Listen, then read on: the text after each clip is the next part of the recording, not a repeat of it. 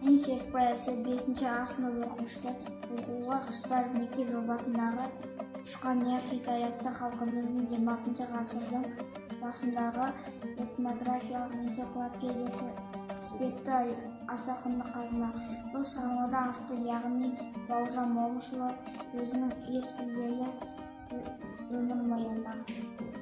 Арайлы ауылының 5-А сынып оқушысы мен Шехназар Нұрсая. «Ұшқан я» хикаясы тек мемуарлық шығарма ғана емес, қазақтың салт дәстүрі, ғұрпы, ұстанымы, дүниетанымы әсерлі бейнеленген этнографиялық шығарма.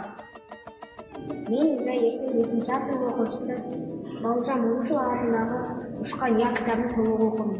Ол кітаптағы маған қызықты әсері Бауыржан Момышұлының әжесі, Қыстымас әжесі үйден қуып шыққаны. Оған себеп болған Бауыржан Момышұлы қара торы құдашамен бірге айтысып отырған кезде. Сол кезде Қыстымас әжесі қуып жіберді.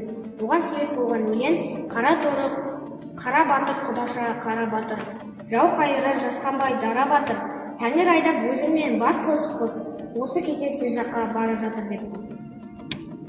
Арайлы ауылының жалпы орта білім беретін мектебінің 5-А сынып оқушысы Мадиярқызы Ая. Мен «Ұшқан я» кітабын оқыдым. Маған ең қызықты болғаны ол Момыштың құдашасына арнап айтқан шумағы Қыстымас әженің қарсылығын түсінуге болады.